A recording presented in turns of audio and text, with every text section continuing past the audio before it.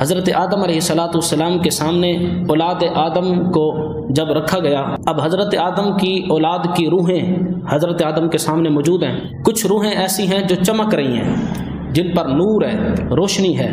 ان میں سے حضرت آدم علیہ السلام نے دیکھا کہ ایک ایسا شخص ہے جو بہت زیادہ چمک رہا ہے، اس کی روشنی، اس کا نور بہت زیادہ ہے۔ پوچھا یا اللہ یہ کون ہے، اتنا زیادہ نور اور چمک؟ تو میرے آقا نے فرمایا، جب حضرت آدم نے اپنے رب سے پوچھا تو اللہ نے فرمایا، اے آدم یہ تیری اولاد میں سے حضرت داؤد ہیں۔ حضرت داؤد علیہ السلام کو اب حضرت آدم دیکھ رہے ہیں۔ پھر حضرت آدم پوچھتے ہیں یا اللہ یہ میرے بیٹے داؤد کی زندگی کتنی ہے، کتنی زندگی دے کر تو دنیا میں بھیجے گا؟ تو اللہ نے فرمایا اس کو میں 60 سال زندگی عطا فرماؤں گا۔ تو جب یہ سنا حضرت آدم نے تو عرض کی یا اللہ اتنا خوبصورت، صرف 60 سال تھوڑی سی زندگی؟ اچھا یا اللہ ایسا کر، جو تم مجھے زندگی دے گا نا اس میں سے 40 سال میرے بیٹے داؤد کو عطا فرما دے تاکہ اس کی 100 سال پوری ہو جائے۔ تو جب حضرت آدم نے اللہ سے یہ درخواست کی تو اللہ نے فرمایا ٹھیک ہے۔ حضرت داؤد علیہ السلام کی زندگی 100 سال اللہ نے کر دی۔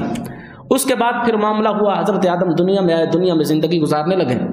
جب آپ کی زندگی ختم ہوئی تو حضرت اسرائیل علیہ السلام، ملک الموت جو موت کا فرشتہ ہے، حضرت آدم کی بارگاہ میں حاضر ہوا تو عرض کی جناب آپ کی روح قبض کرنی ہے۔ تو حضرت آدم نے فرمایا تو میری تو ابھی زندگی رہتی ہے، 40 سال پورے رہتے ہیں۔ تو ملک الموت نے کہا کہ جناب آپ کو یاد نہیں، جب آپ کی اولاد کو اللہ نے آپ کے سامنے رکھا تھا، اپنی ذریت کو دیکھ کر آپ کو حضرت داؤد پسند آئے تھے اور آپ نے اپنی زندگی کے 40 سال ان کو دیے تھے، کیا آپ بھول گئے؟ تو حضرت آدم نے کہا کہ ہاں مجھے یاد آیا، میں تو وہاں جنت میں اپنی زندگی کے 40 سال جناب داؤد کو دے آیا۔ تو میرے آقا نے یہ سارا واقعہ سنایا تو حضور نے فرمایا آدم بھولے اس لیے اولاد آدم بھی قیامت تک بھولتی رہے گی۔